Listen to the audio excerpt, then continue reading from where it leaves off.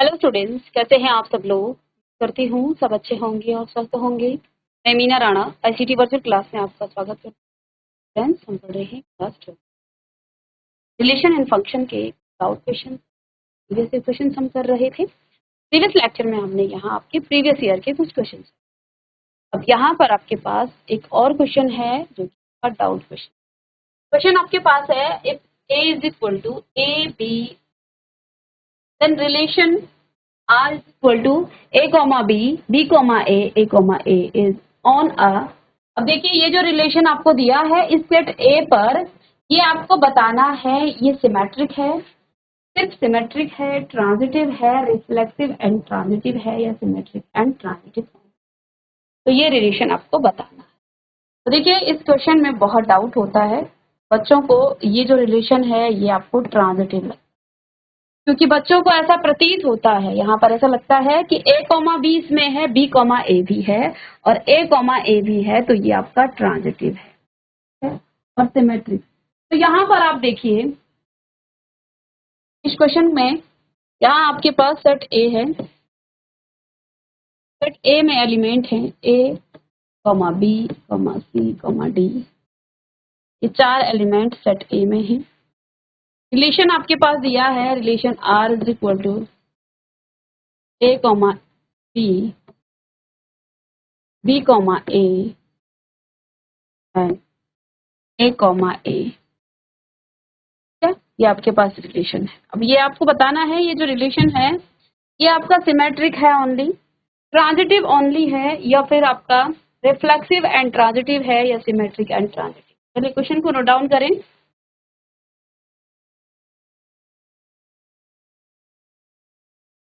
ठीक है, तो सबसे पहले यहाँ आप रिफ्लेक्सिव को चेक कीजिएगा।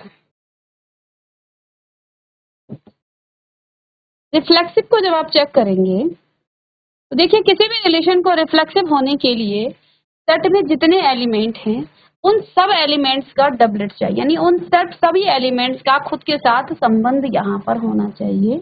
यानी कि इस रिलेशन में यहाँ पर आपके पास a comma A, b comma B, c comma C and d comma D यहाँ पर होना चाहिए। ये इस रिलेशन में होना चाहिए, लेकिन ये इस रिलेशन में नहीं है। दैट मीन्स ये आपका नहीं, ये आपका रिफ्लेक्सिव नहीं है।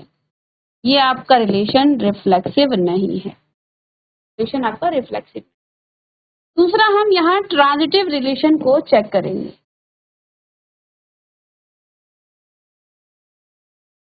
तो अब देखिए, रिफ्लेक्सिव नहीं है तो ये ऑप्शन तो आपका कट गया, क्योंकि ये रिफ्लेक्सिव नहीं है इसलिए ये ऑप्शन तो आपका कट गया।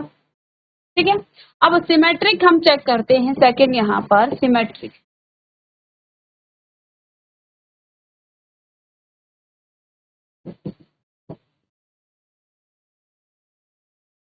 सिमेट्रिक के लिए हम क्या कहते हैं, यदि आपके पास a कॉमा बी है इसी रिलेशन में, तो b कॉमा ए भी होना चाहिए उस रिलेशन में। तो अब देखिए, यहाँ पर रिलेशन आपके पास ये गिवन है, a कॉमा बी है, b कॉमा ए भी है।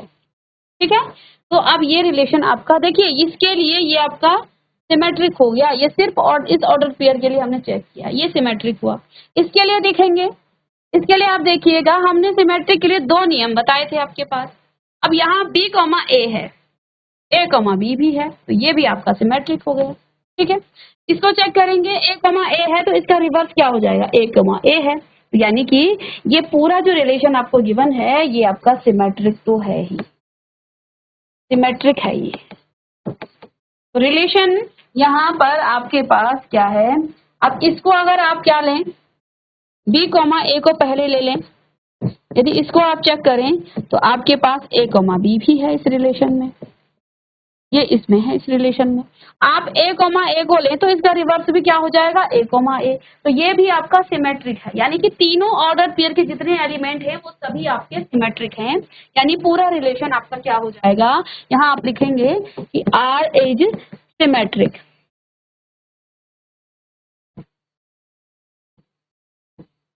ये आपका सिमेट्रिक रिलेशन होगा, ये आपका सिमेट्रिक रिलेशन होगा। तो यहाँ पर सिमेट्रिक, लेकिन सिमेट्रिक में आप देखिए सिमेट्रिक यहाँ भी है, इसके लिए अभी आपको ट्रांजिटिव भी प्रूव करना पड़ेगा। यदि ये ट्रांजिटिव भी होगा तो आपका ऑप्शन डी सही होगा, और अगर ये ट्रांजिटिव नहीं होगा तो ऑप्शन ए आपका सही होगा, क्योंकि फिर वो सिर्फ आपका सिमेट्रिक रह जाएगा, ट्रांजिटिव तो नहीं होगा। अब आपको इसका ट्रांजिटिव रिलेशन भी चेक करें, कितना आप नोट डाउन करें। अब ट्रांजिटिव रिलेशन के लिए हम यहाँ चेक करते हैं।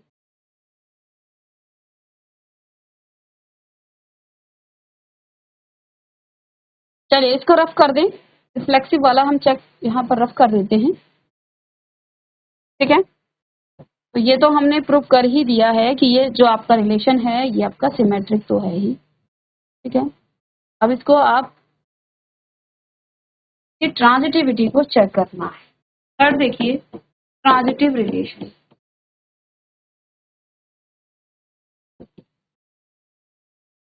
हम कहते हैं यदि a, b आपके पास क्या हो, a, b आपके पास रिलेशन में है, b से स्टार्ट होने वाला कोई एलिमेंट आपका यहाँ पर b, a आपका रिलेशन में है, तो a, c। अब वैसे तो हम यहाँ पर सीधे क्या कहते हैं, पहले में जनरली जो डेफिनेशन आप लिखते हैं उसको लिखाती हूँ कि अगर a, b रिलेशन में है एंड b, c रिलेशन में है, तो a, c भी आपका रिलेशन में होना चाहिए, तब जाकर के ये आपका ट्रांजिटिव होगा। अब यहाँ पर आपके पास एलिमेंट ये हैं, मतलब ये आपके अवयव हैं और ये ऑर्डर्ड पेयर में दिए गए हैं। a, b इस रिलेशन में है, ठीक है। यहाँ b, c ना होगा, देखिए b से स्टार्ट होने वाला यहाँ पर ये एलिमेंट है, तो यहाँ पर आप लिखेंगे b, a is belong to relation r, ठीक है, ये भी इसमें है। तो यहाँ ए सी क्या हो जाएगा इसके लिए, ए और सी यानी ए और ए, तो that implies a, a also belong to relation r, यानी कि ये जो ऑर्डर पेयर है ये ट्रांजिटिव है, सिर्फ ये। लेकिन यहाँ पर बच्चे क्या गलती करते हैं, सिर्फ इसे ट्रांजिटिव प्रूफ देखते हैं और इस पूरे रिलेशन को हम क्या कह देते हैं, ये आपका ट्रांजिटिव है। इसीलिए ये आपके बोर्ड एग्जाम में गलत होता है। हमें क्या करना है, हमें हर ऑर्डर पेयर को चेक करना है, हर ऑर्डर पेयर को हमें चेक करना है क्या वो ट्रांजिटिव है। तो ये तो ट्रांजिटिव हो गया, पहला ट्रांजिटिव हो गया। चलिए अब इसे मैं रफ कर दूं, तो पहला आपका ट्रांजिटिव है। सेकंड एलिमेंट्स के लिए हम चेक करेंगे b, a, b, a belong to relation r, b, a relation r में बिलोंग करता है। b से स्टार्ट होने, a से स्टार्ट होने वाला ये भी है और ये भी है, ठीक है। तो दो यहाँ a से स्टार्ट होने वाले आपके ऑर्डर्ड पेयर हैं, ठीक है। तो यानी कि अब इसमें a, b हो जाएगा एक, और सेकंड आपका a, a हो जाएगा। अगर ये रिलेशन में है, ये भी रिलेशन में है, ये भी है, यहाँ पर आपका समझ रहे हैं बात को, ये आपका a से स्टार्ट होने वाला ये भी है, दो कंडीशन है यहाँ पर, और a से स्टार्ट होने वाला ये भी है। इसके अकॉर्डिंग a और b यहाँ पर आना चाहिए, b, b भी इस रिलेशन में आना चाहिए, लेकिन वो इस रिलेशन में नहीं है। b, b आपको कहीं नहीं दिख रहा है। इसके अकॉर्डिंग यहाँ b, a भी आपके पास है, तो ये तो है ही, b, a तो आपके पास है। लेकिन अगर एक भी ऐसा आ जाए वो आपका ट्रांजिटिव नहीं, ध्यान से समझना है बात।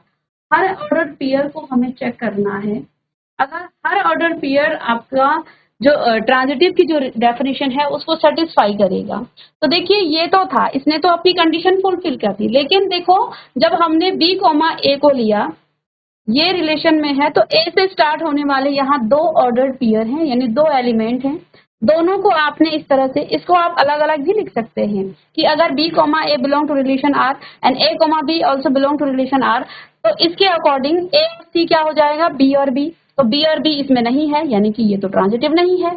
फिर यहाँ पर देखिए b, a है और यहाँ a, a है, a से स्टार्ट होने वाला, तो b, a है, ये तो है, ये तो ट्रांजिटिव हो जाएगा इधर से, लेकिन इधर से ये ट्रांजिटिव नहीं हुआ है। दैट मीन्स कि अब ये जो है पूरा r, इसलिए r इज नॉट ट्रांजिटिव,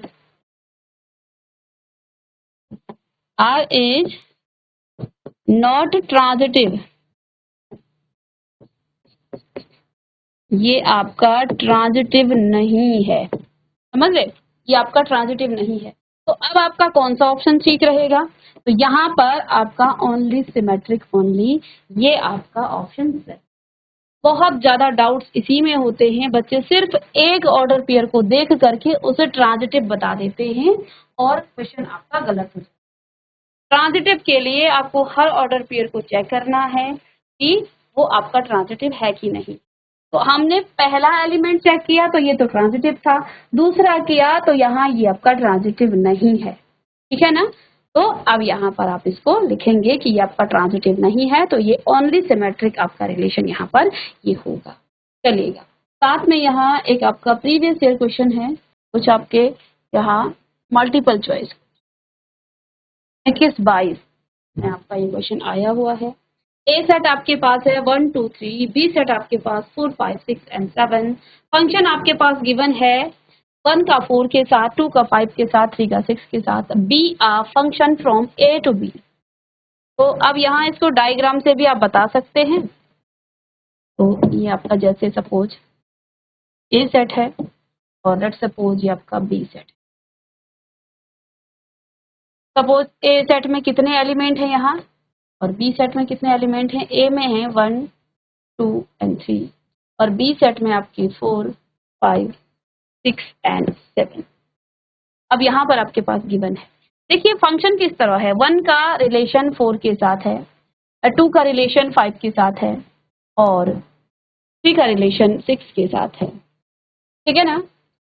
तो be a function from A to B, ये फंक्शन है ए से बी में, based on the given information, जो आपको ये इंफॉर्मेशन दी गई है, ठीक है। एफ इज डिफाइंड एज, जो आपको यहाँ ए और बी की डेफिनेशन दी गई है कि ए फंक्शन जो है ए 1 का 4 के साथ रिलेशन है, बी का 2 का 5 के साथ और 3 का 6 के साथ रिलेशन है। इससे जो आपके पास इंफॉर्मेशन दी रखी है, इसके अकॉर्डिंग एफ की जो बेस्ट डेफिनेशन है वो क्या होगी? वो सर्जेक्टिव होगा, वो इंजेक्टिव होगा, वो बाइजेक्टिव होगा या फंक्शन? चलिए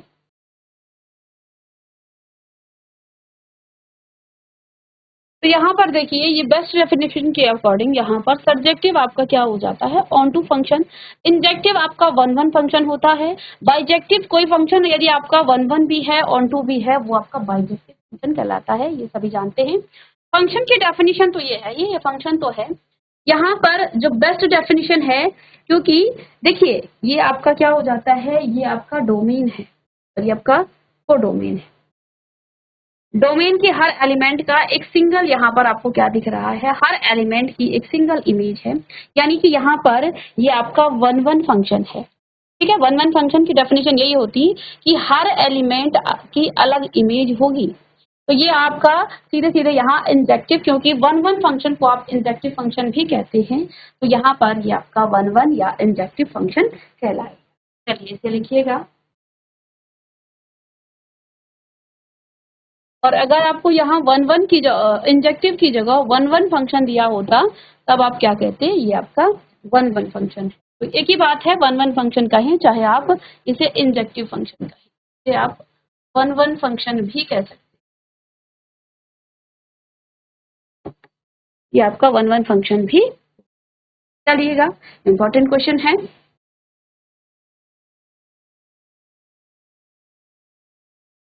नेक्स्ट यहाँ पर एक और क्वेश्चन आपके सामने 2022 में ये क्वेश्चन आपको गया था, तो इसको भी आप नोट डाउन कीजिएगा। इंपॉर्टेंट क्वेश्चंस का कलेक्शन है, कुछ डाउट्स क्वेश्चन और कुछ आपके प्रीवियस ईयर क्वेश्चंस हम लेके आए हैं।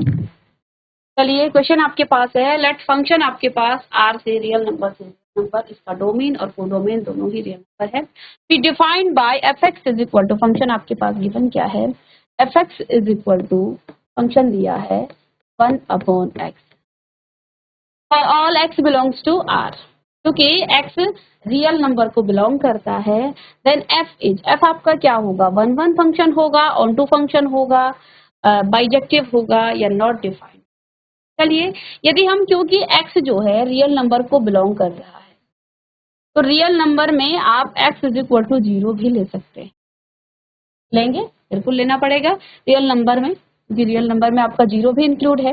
और जब आप एफ फंक्शन में जीरो रखेंगे, एक्स की वैल्यू 1/0, तो ये आपका नॉट डिफाइंड फंक्शन हो जाएगा, नॉट डिफाइंड। तो यहाँ पर आपका फंक्शन क्या है, ये जो f है ये आपका नॉट डिफाइंड है। कैसे? क्योंकि रियल नंबर में आपका x is equal to zero भी आप लेंगे, और जब x is equal to zero लेंगे 1/0, यानी कि नॉट डिफाइंड फंक्शन। ठीक है, तो भी आप नोट डाउन करें।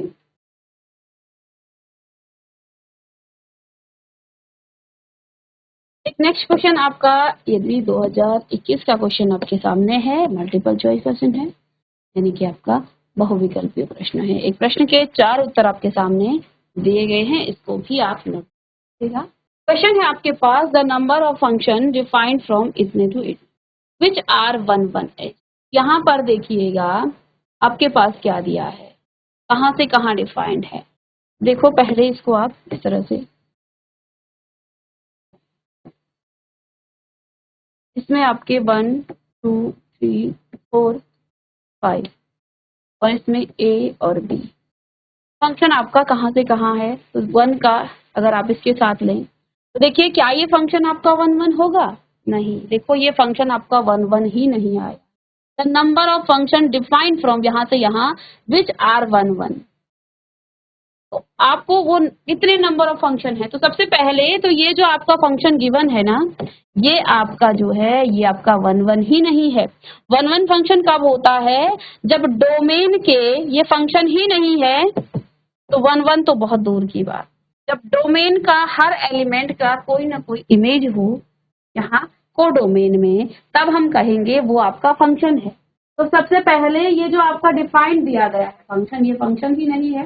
क्यों? क्योंकि यहाँ हर जो है 1 नहीं है। क्या हो सकता है किसी दो एलिमेंट की यहाँ पर जो है एक जैसी इमेज हो, ऐसा भी हो सकता है। ठीक है, लेकिन 1 होने के लिए, फंक्शन को 1 होने के लिए इतना ध्यान देना है, क्योंकि पूरा यहाँ पे डिफाइन नहीं किया गया है फंक्शन कि किसकी इमेज क्या बन रही है।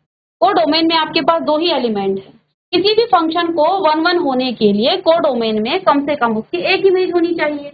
अब यहाँ डोमेन में आपके पास 5 एलिमेंट है, 5 एलिमेंट्स की अलग अलग आपको इमेज चाहिए। तो इसके लिए आपको कोडोमेन में भी 5 एलिमेंट चाहिए। तो ये 1 फंक्शन ही नहीं है, तो इसलिए यहाँ पर कितने 1 फंक्शन होंगे, तो ये आपका 0 हो जाए।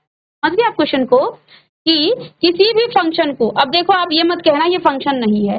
फंक्शन आप इस प्रकार से दिया गया है, अब किसकी इमेज क्या है ये आपको क्लियर नहीं बताया गया। हो सकता है ये फंक्शन तो होगा ही, अब हो सकता है 4 की ए बन रही हो, 3 की भी बी बन रही हो, 5 की ए बन रही, यानी कि 3-4 फंक्शन की यहाँ एलिमेंट की एक ही जगह इमेज जाके बन रही हो।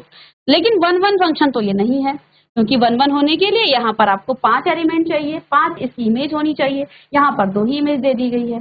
हो सकता है फंक्शन 5 का भी वही है, 4 का भी है, 3 का इधर से, ऐसा हो सकता है। लेकिन ये फंक्शन आपका 1 नहीं है, तो ये फंक्शन आपका नॉट 1 है, नॉट 1 और जब ये नॉट 1 है तो यहाँ पर 0 आपके क्या हो जाएंगे, फंक्शन नंबर ऑफ फंक्शन 0 हो जाएगा। चलिए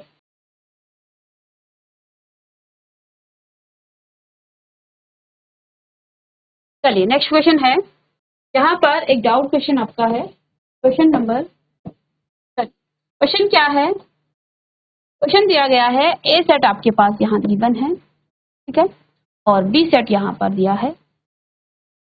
अब इन दोनों का रिलेशन भी आपको दिया गया है, ठीक है।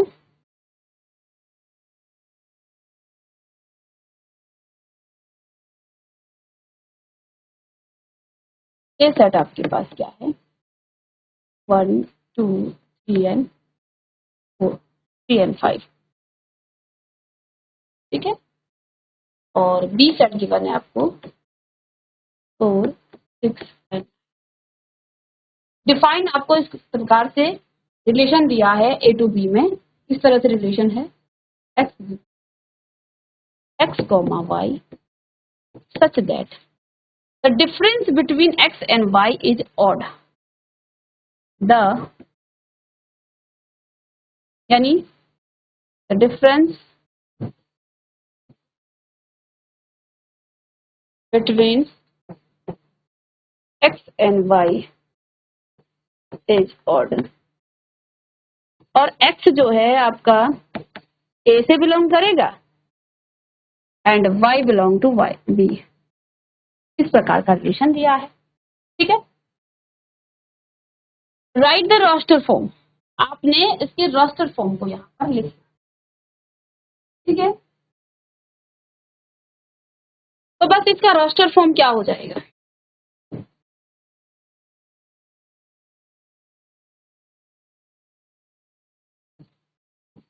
इस रिलेशन का रोस्टर फॉर्म क्या हो। देखिए ऑर्डर पेयर में आपको लिखना है, आपका जो x है वो a से आएगा और जो आपका y है वो आपका b से आएगा।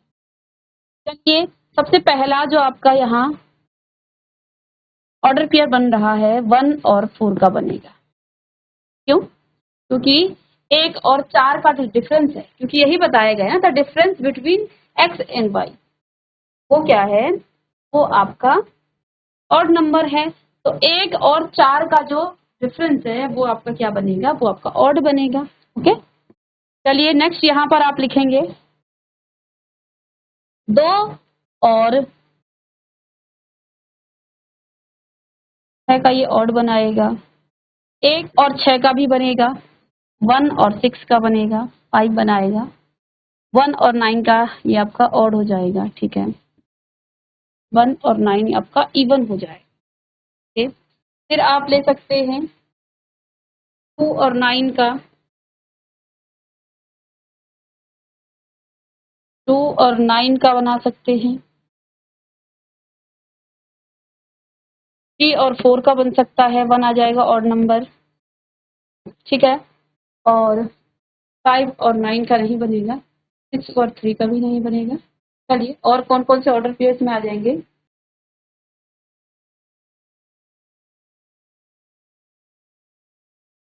3 और 6 का डिफरेंट, ये भी ऑड नंबर बनाएगा, 3 और 6 का। 5 और 4 का भी जो डिफरेंस, 4 और 5 का, 4 और 5 का डिफरेंस भी आपका ऑड नंबर बनेगा, ठीक है।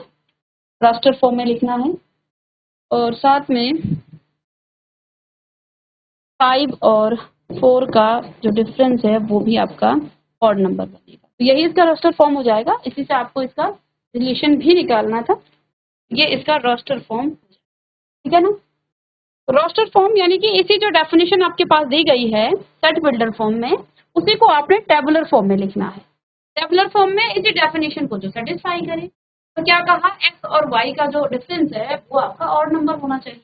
आप यहाँ पर जो भी ऑर्डर पेयर उठाएंगे, x ये है, y ये है, इन दोनों का डिफरेंस आपका ऑड नंबर होगा, इन दोनों का डिफरेंस ऑड नंबर।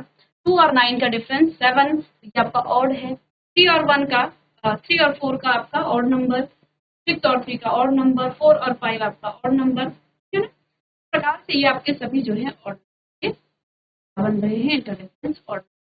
तो ये इसके रोस्टर फॉर्म में कन्वर्ट हो गया है। तो इस तरह से आप रोस्टर फॉर्म में भी लिखेंगे। ये आपका पहले ही चैप्टर का कॉन्सेप्ट था, रोस्टर फॉर्म में कैसे लिखा जाता है। क्लास 11th में भी आपको इस तरह का जो है 2 रिप्रेजेंटेशन आपको बताया जाता है कि आप कोई सेट है उसके रोस्टर फॉर्म में और सेट बिल्डर फॉर्म में कैसे लिखते हैं, ठीक है ना। तो चलिए स्टूडेंट्स, मिलते हैं नेक्स्ट लेक्चर में कुछ और क्वेश्चंस और कुछ आपके के साथ।